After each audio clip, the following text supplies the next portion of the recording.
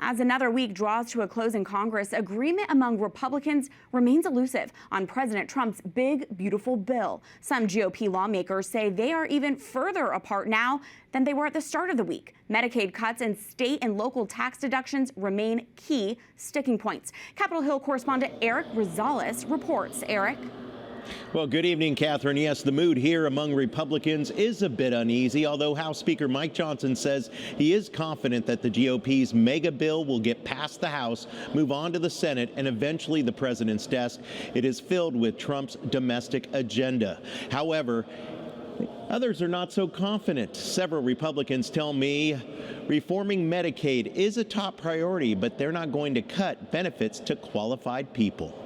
And if we eliminate all the fraud, waste, and abuse, and there's plenty of it, we're left with at least a 25% increase in Medicaid over the past 10 years, over the next 10 years, from the current spending level. Only in Washington could anyone claim that's a cut. Democrats continue to argue that Americans will pay the price.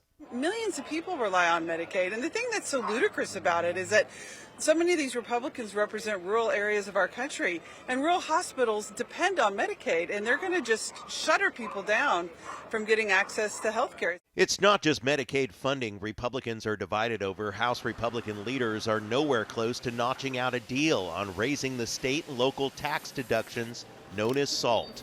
They are set to expire at the end of the year. I know that SALT is another issue that you're looking at. I think SALT will be increased somewhat. So that's a cost that we have to then find other offsets. But I think SALT will be increased. I don't think we'll get to six figures. House agricultural Republicans are also planning to include a $60 billion skinny farm bill. Some of the cuts being considered are to SNAP, the food assistance program, which could be a tough sell. Let them squabble and squander and go over this. At this point in time, all I can do is, like you, I'm a spectator. Every once in a while you look down, there's no steering wheel, there's a bar, and that's a roller coaster. For people to claim to vote for these bills, claiming to be public servants and claiming to be Christians is offensive. Several sources tell me that some GOP lawmakers and even aides have privately argued with each other to let the entire reconciliation process collapse and then hold out for a late December tax deal with Democrats. I also want to let you know that leading national pro-life organization Susan B. Anthony Pro-Life America sent a letter to lawmakers urging the GOP to include in the reconciliation bill to stop taxpayer funding for big abortion and for Planned Parenthood.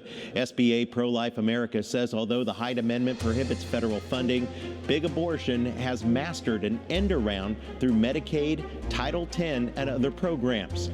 I'll definitely stay on top of the issue. At the Capitol, Erik Rosales, EWTN News Nightly.